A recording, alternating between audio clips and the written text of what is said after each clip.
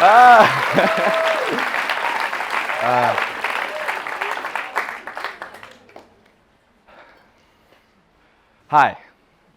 my name is Seth and I am a hero. You may not realize it because, let's be honest, I don't look like one. Let me explain. A few weeks ago, I received an email that said I might not be able to stand up here and do a Greenstone at all. This would be really bad because it would mean I wouldn't graduate with the rest of my class. Rough, I know. And that was just part of it. Let me tell you what happened. It was April 2023, and Ibu Harriet sat us down for our first Greenstone class and started explaining what it's really about. A Greenstone isn't just this presentation to you beautiful people. It's a journey of exploration and growth. It's about finding something that you love and running with it. And the first thing that popped in my mind was, well, I love sports. But I dismissed that thought just as quickly as it came to me. Just wasn't sophisticated enough. I didn't want to be seen as some sports kid. It wouldn't get me to the UN, win me any awards, or save a single species. So it had to be something else. I tried to come up with other ideas, but none of them felt Greenstone-y enough. I got myself stuck, paralyzed. This would continue to be a theme throughout my Greenstone. Now, I understand if you're thinking, when does this kid stop screwing around and start doing a sports project? But I never did. Like so many other 11th graders, I sat there listening to Ibu Harriet, and I knew I wanted to do something more special. Something bigger, something funnier, something that no one else could do. And eventually, while working with a mentor, I was able to find a nice, narrow topic I could figure out in a couple months, find the answer to, what is the meaning of life?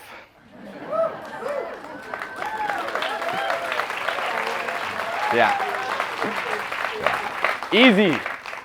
Okay, it was not so easy. I set up interviews with people from all around the world, ages 16 to 65, and the more and more people I spoke to, the more and more confused I became. Turns out that there's not really a consensus on what it's all about. Although it was interesting talking to all these people, I still didn't have a Greenstone. I let myself believe that if I just kept talking to people, doing these interviews, ideating with my mentor, project would just fall into my lap. It was around this time that I was introduced to the hero's journey.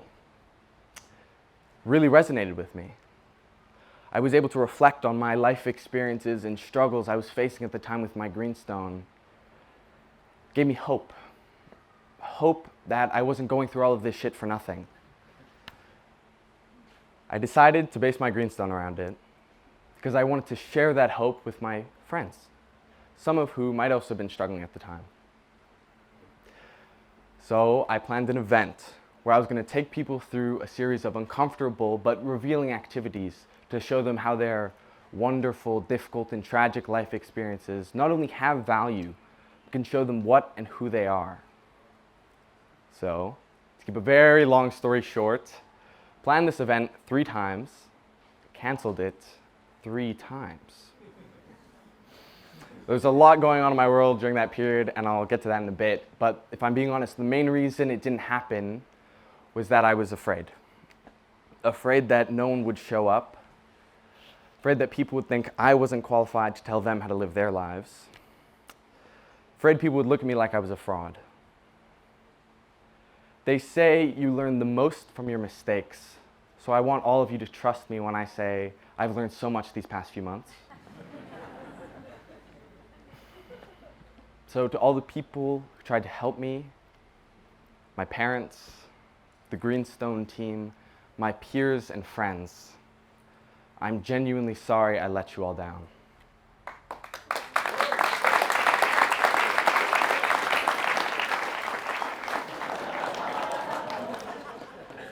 But back to me being the hero.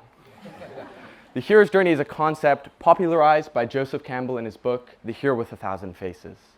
He studied myths from all across the world and realized that they all had the same underlying sequence. This still holds up in almost all, modern movies and TV shows that you'll see today. And the reason why it's so common is that it's an innately human experience, something that we all go through again and again and again. Can the Harry Potter fans in the audience please make some noise? Perfect. Because we're going to be using him and myself as an example as we walk through the hero's journey together. And while we're doing this, I challenge you to see yourself in it. First is the call to adventure. For Harry, this was when he received a ton of letters from Hogwarts inviting him to the magical school. For me, this was a 15-minute presentation that I had over a year and a half to dread. Sidebar, this is probably the easiest part for you to figure out right now. What is your calling? First thought, best thought. And here's a hint. You might be avoiding it right now. Harry is then confused and overwhelmed by the revelation of a magic world and initially refuses the call. There are voices in my head saying, your passions aren't cool enough. Sports don't change the world and you're not good at them anyways, and you can't do fundraising because you'll never raise as much as Dipta can.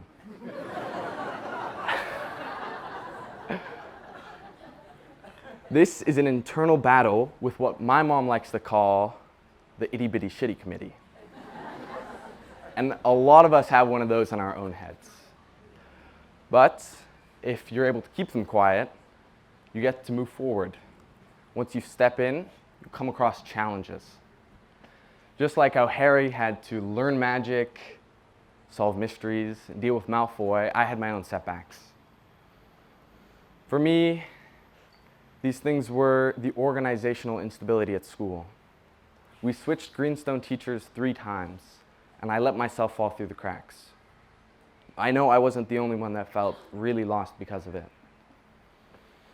Then, a few months ago, my mom was diagnosed with a brain tumor and had to have surgery in the UK. I'm happy to say she's so well and in the audience with us.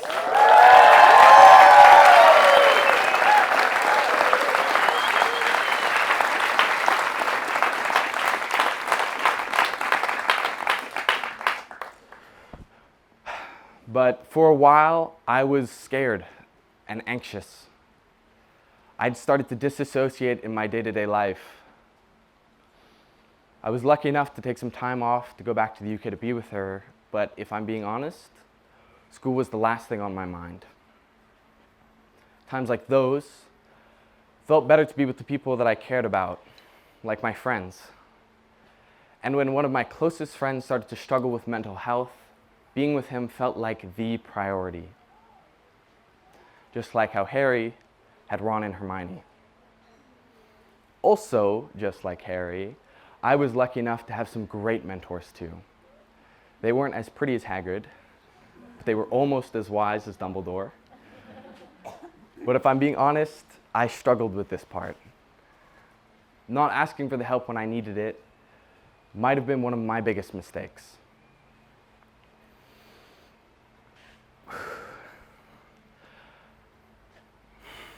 Sorry.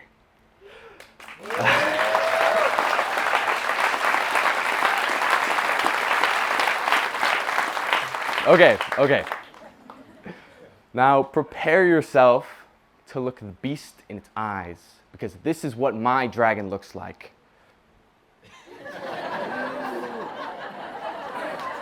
Terrifying. I know. Oh, God. Ugh.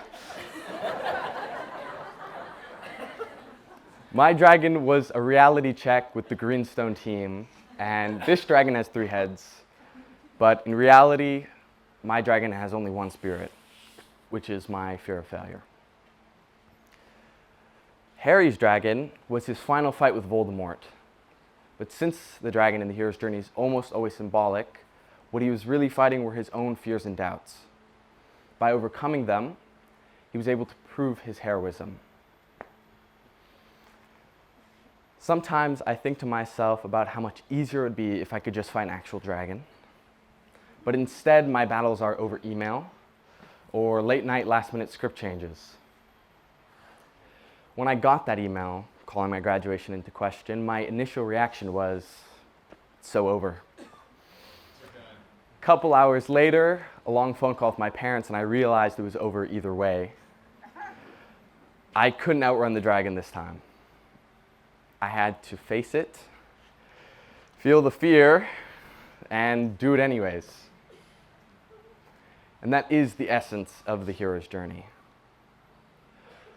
The second last part of the hero's journey is atonement, at-one-ment. Historically, this is where the hero slays the dragon and reaps the reward, but sometimes he has to face it and attempt to tame it.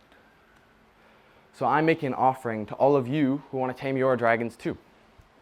I've created an interactive, illustrative journal to help people like myself who want to get to know themselves better, navigate their own hero's journey.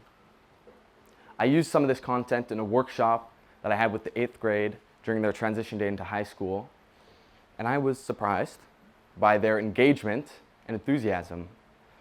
And one of the many things that they taught me was that maybe I can run a decent event after all.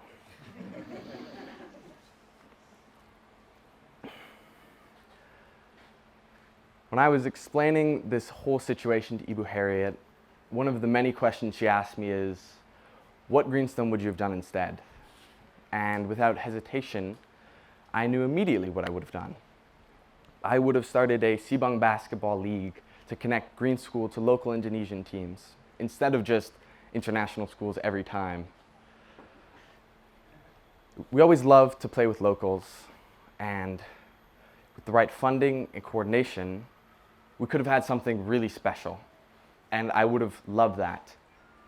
I also give permission to any future sports kid Greenstoners that want to take that idea.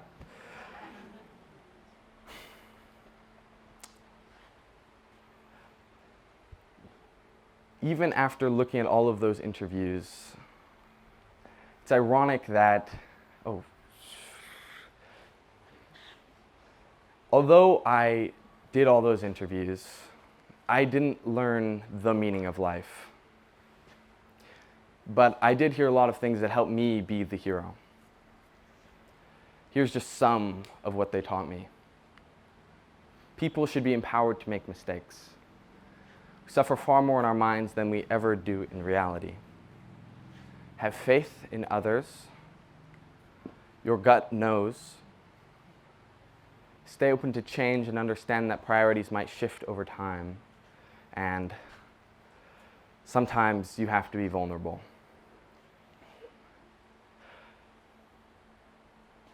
When I got that email, I was overwhelmed. I didn't know what to do. And one of my first instincts was to look away. But what's ironic is that after doing all these interviews, I've had to learn a lot of these lessons myself. I realized that life is full of journeys, big and small, long and short, full of trials, tribulations, sometimes even dragons. Especially us graduates who are about to cross a serious threshold into the vicious and cruel, unforgiving world that comes after leaving our green school bubble.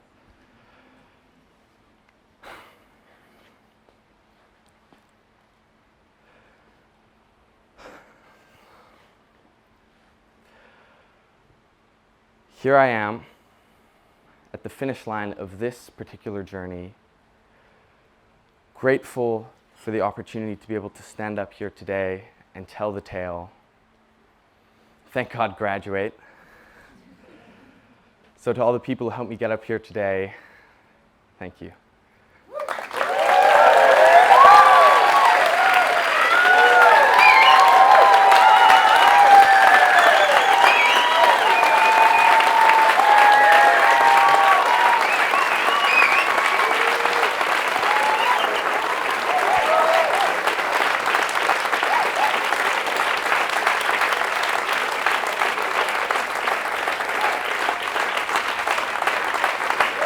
Do I do my napkin?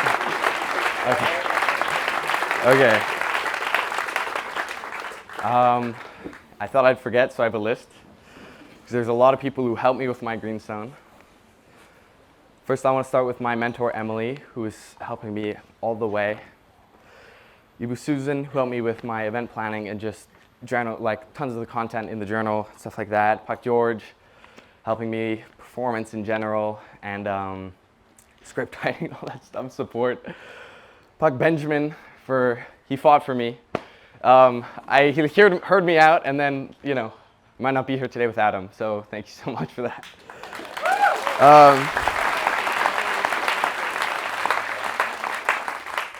Ibu Harriet, who's also been huge support throughout, and unfortunately she's not here today, but I know she's watching, and thank you so much. I also want to thank all my friends, Harper, Sita especially for helping me with my script memorization, Guste and Wahyu, two friends who helped me with a lot of the stuff in the journal. We could not have done it without them. Just a quick shout out to some of the people who didn't help with my Greenstone and distracted me. My good friend Nathan, Om, Savan, and so many more people who soaked up all of my time. Also, I forgot to mention, if not us, then who? So that's out of the way. I'm going to be selling some of these booklets, the journals that I made. Thank you all for listening. Yeah.